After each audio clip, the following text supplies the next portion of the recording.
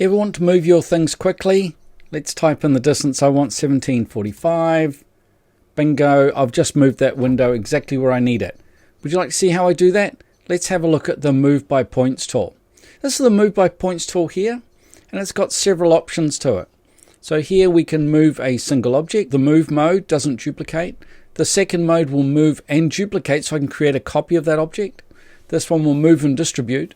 And the last one is the set point. Now this one you do have to be a little bit careful about. When we click here down to here, then we need to tell it which is our reference point. So this was my reference point here. This is where I started.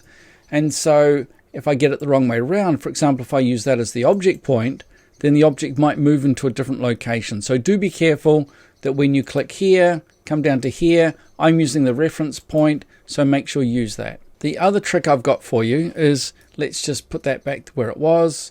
So the other way we can do it is we can use this as the reference point. So we can say the reference point there, that's my window there. I actually want that to be 0. I want that to line up. Let's choose that as my reference point. That was my first click, the reference point. Click OK, and you can see it just moved the window exactly where I need it. So if you like this movie, don't forget to hit the subscribe button. Give it a like, it really helps people to find my movies. Click on the bell icon so you get notified. Or better yet, become a member so that you get the extended movies.